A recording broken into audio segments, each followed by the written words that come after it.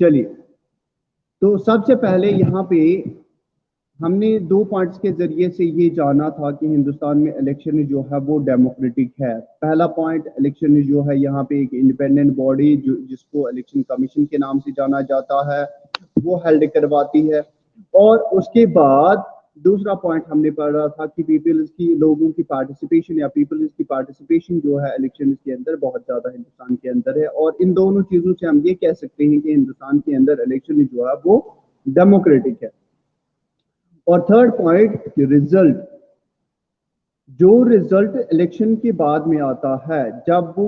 Election किए जाते हैं और काउंटिंग की जाती है, वोट्स की काउंटिंग की जाती है और उसके बाद जो रिजल्ट निकलता है,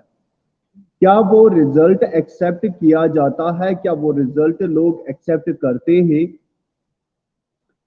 और जो बाकी पॉलिटिकल पार्टीज होती है, जो अपोजिशन पॉलिटिकल पार्टीज होती है, जो पावर में नहीं होती है,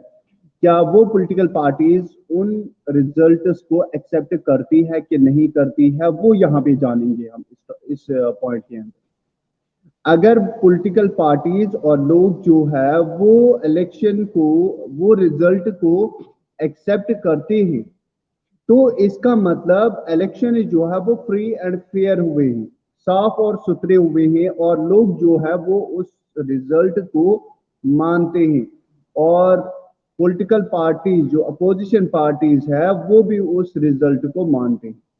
लेकिन अगर इलेक्शन जो है वो अच्छी तरीके से नहीं हुए हैं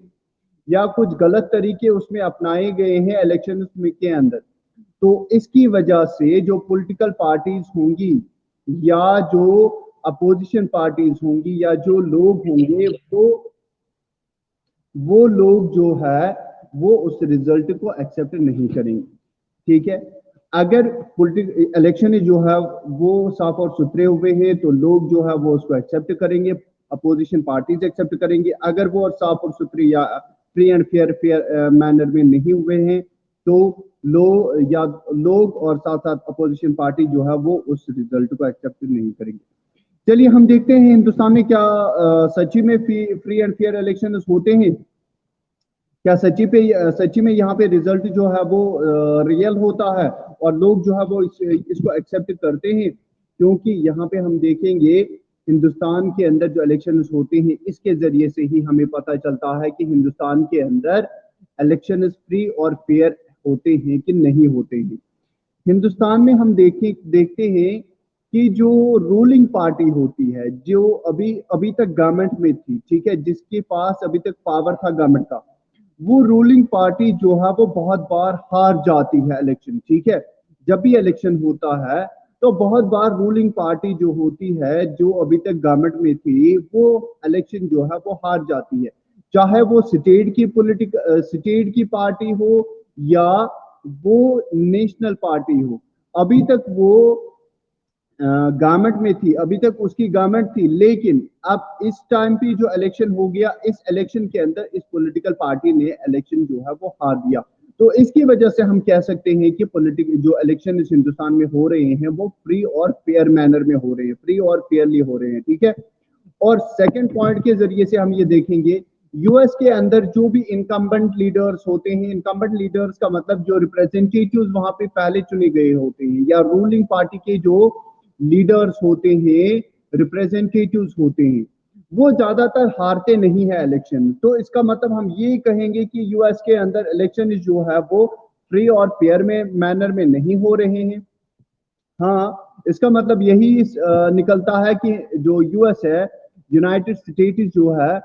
वहां पे इलेक्शन जो है वो फ्री और फेयर मैनर में नहीं हो रहे हैं, क्योंकि वहां पे रूलिंग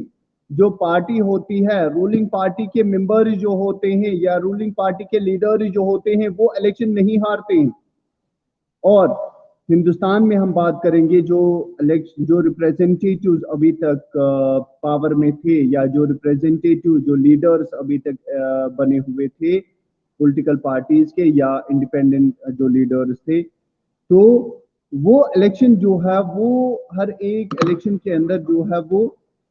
हार भी जाते हैं या जीत भी जाते हैं। तो वो जो रिप्रेजेंटेटिव्स है हिंदुस्तान के अंदर, जो रिप्रेजेंटेटिव्स है, जो रूलिंग रिप्रेजेंटेटिव्स होते हैं, जो अभी तक रूल कर रहे होते थे गवर्नमेंट के अंदर, लेकिन अब इस टाइम पे इलेक्शन हुआ तो इस टाइम पे उन्होंने इलेक्शन हारा। तो इसकी वजह से हमें समझ आता है कि हिंदुस्तान के अंदर इलेक्शन जो हो रहे हैं यहाँ पे फ्री और फेयर मैनर में हो रहे हैं, क्योंकि यहाँ पे एक तो पॉलिटिकल पार्टी जो है वो इलेक्शन हार जाते हैं, साथ साथ क्योंकि वो अभी तक रूलिंग पॉलिटिकल पार्टी जो है वो होते हैं, इसलिए वो रूलिंग पार्टी जो है वो हार जाती है। तो हम कह सकते हैं कि हिंदुस्तान में इलेक्शन जो है वो साफ और सुथरे होते हैं। और दूसरी तरफ से कैंडिडेट या रिप्रेजेंटेटिव जो अभी तक लीडर्स थे,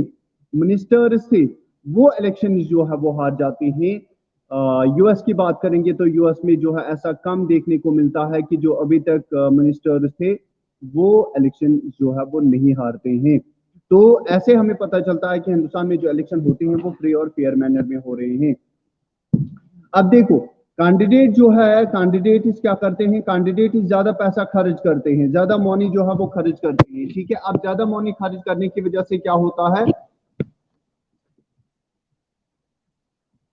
वो इलेक्शन जीतने की कोशिश करते हैं, या क्रिमिनल या जो है गलत तरीके, गलत प्रैक्टिसेस वो अपनाते हैं इलेक्शन को जीतने के लिए, या क्रिमिनल कुछ क्रिमिनल्स होते हैं, या जिनके जो मैंने आपसे कहा था कि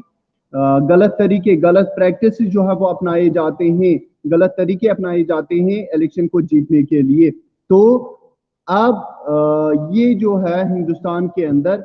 जो है ऐसे कैंडिडेट्स इलेक्शन जो है वो हार जाते हैं, जो ज्यादा पैसा खर्च करते हैं या गलत तरीके जो है वो अपनाते हैं। ऐसे कैंडिडेट्स या ऐसे पॉलिटिकल पार्टी जो है वो हिंदुस्तान में इलेक्शन जो है वो हार जाते हैं। फोर्थ पॉइंट में आपको बता दूं, जो भी आउटकम्स आते हैं, जो भी रिजल्ट्स आते हैं, लोग जो है वो रिजल्ट जो है वो लोगों के फैसले के मुताबिक होता है। मतलब कि लोगों ने जो वोट किया होता है उसी वोट के मुताबिक जो है वो फैसला आ जाता है, कि रिजल्ट जो है वो निकलता है कि लोगों ने किसको जो है अपना वोट जो है दिया है, या वोट किसको कास्ट किया है। ठीक है, तो जो रिजल्ट हिंदुस्तान में आता है वो लोगों के मर्जी के मुताबिक आता है, लोगों के फैसले के मुताबिक आता है, लोगों के वोट के मुताबिक आता है कि लोगों ने किसको वोट किया है। तो ओवरऑल हम कह सकते हैं कि हिंदुस्तान में जो इलेक्शंस हो रहे हैं वो लोग और उसके साथ साथ अपोजिशन पार्टी जो है वो सभी एक्सेप्ट करते हैं, क्योंकि यहाँ पे इलेक्शन जो है वो फ्री और फेयर मैनर में हो रहे हैं। लेकिन फिर भी कुछ चैलेंजेस